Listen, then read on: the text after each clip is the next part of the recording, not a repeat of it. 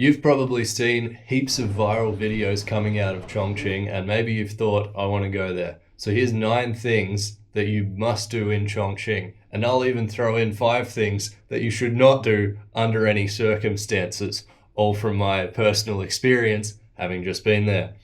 So, first up, and most obviously, is Kuixinglou Tower. It's super famous on TikTok. It's really cool to visit in person. You get off a subway on ground floor, walk up 2 flights of stairs onto the top of a hospital. There's a Taoist temple up there. You walk to the other side of it, there's a 13th-floor drop. You can walk across a bridge onto another building, and then there's a 22-floor drop.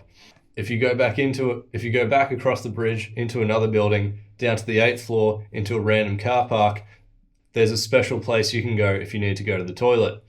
You walk out from there, you're on ground floor again, even though it's the 8th floor. Then there's an apartment building. You can walk in off the ground floor onto the 13th floor again. Walk across a bridge into another apartment building. I'm confused. I don't even remember what floor I'm on at this point.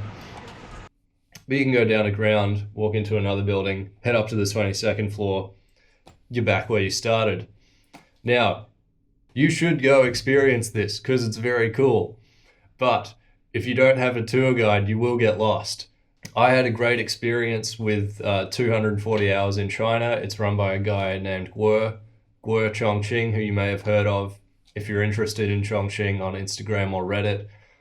This video is not sponsored by them. I don't really have a following for that, and they didn't give me a discount or anything. This is just my honest personal recommendation that they do great tours. Next up is Jiefangbei. Near to Kuixinglou Tower, there's the Jiefangbei Monument, which was built during World War II to kind of inspire the Chinese people to fight the Japanese. Now, until 40 years ago, this was the tallest building in Chongqing. So it's very cool to see this building, which now looks small. It's surrounded by skyscrapers in a modern city. Now, first thing that you should not do is go to Kuixinglou Ancient Town. It's on a lot of tour itineraries, ancient town, but it's not really an ancient town. Everyone wants this experience of a kind of ancient town surrounded by a modern city. I'm sorry to say that doesn't really exist. Kuixinglou is a modern rebuild of an ancient town, and it's really more like a shopping center.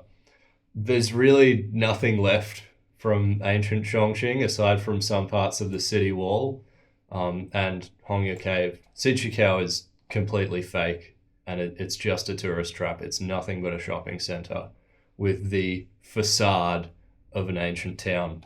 Now, next up, Hongya Cave.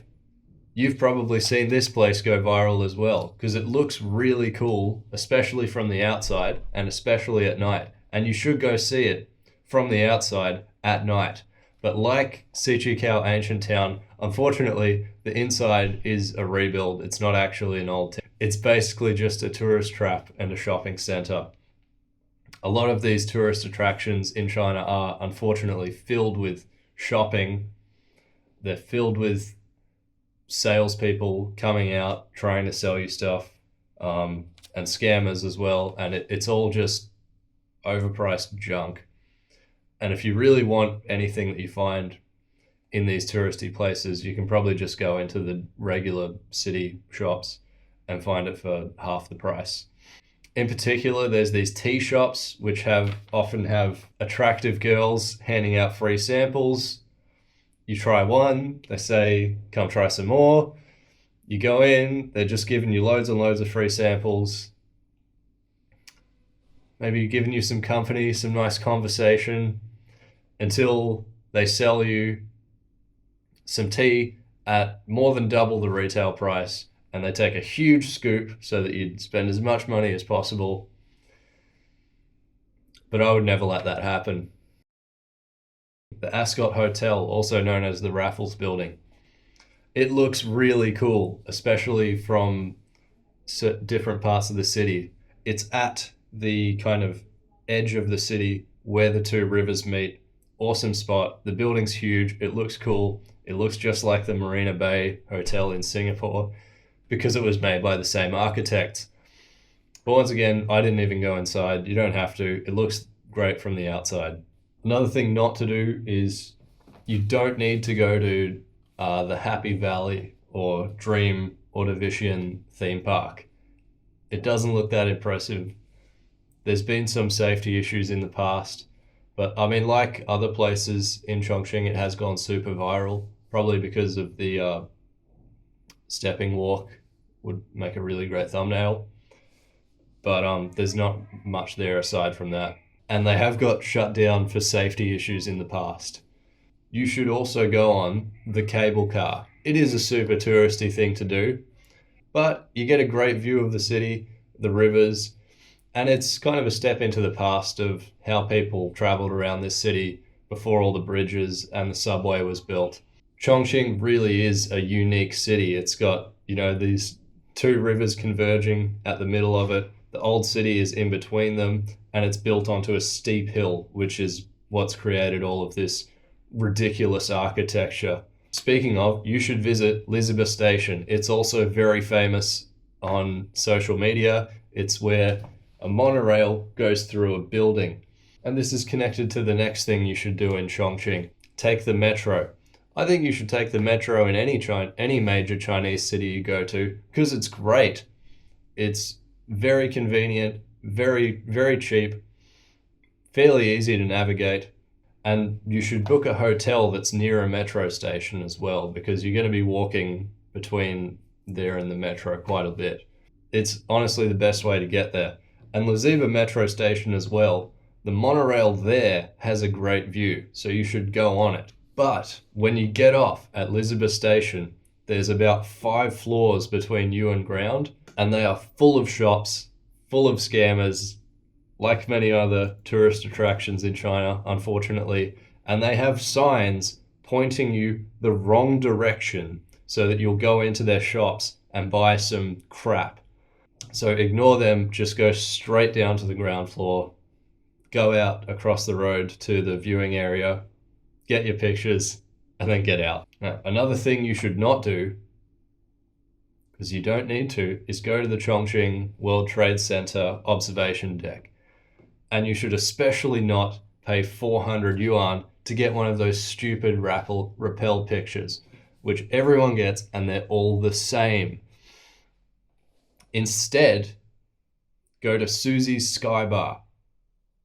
You have to spend 100 yuan in the bar, which is barely more than the regular ticket to the World Trade Center. It's in a different building, but it's the same view. You get VIP access, so you skip there's a huge line at the bottom to get up to the top of the building. You skip all of that, you get to go up the top, look at all the views. Oh no, you have to spend 100 yuan on drinks, which will get you more than 6 beers. Another thing you should not do is book a local hotel. A lot of them are just converted apartments. They're probably not even legal. They don't speak English at all. You don't know what the standards are like. They're really hard to find. Just don't. I've had great experiences with Mersh, MRCSH. They're a chain. They have hotels across China, and the rooms are basically all the same, whatever city you're in. And they're all in a good location, and they're all affordable, and it's just way easier. Speaking from experience, once again, no affiliation with them, just my recommendation. My Mersh room in Chongqing was like 30 Australian dollars a night. That's like 22 US. Just go with them. Although even that one was kind of hard to find. Chongqing's a crazy city, easy to get lost in. So you should probably book a tour on the first day, the first full day that you're there, so that you can get your bearings, you can ask your guide any questions and not get lost so much. The last thing that you absolutely must do in Chongqing is try the hot pot.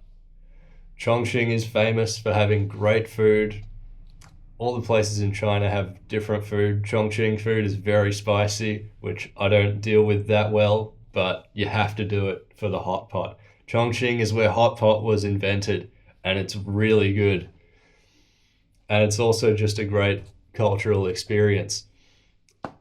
which is is another reason why you need a tour guide, because on your first day, because you can ask them where the good food is, and they know.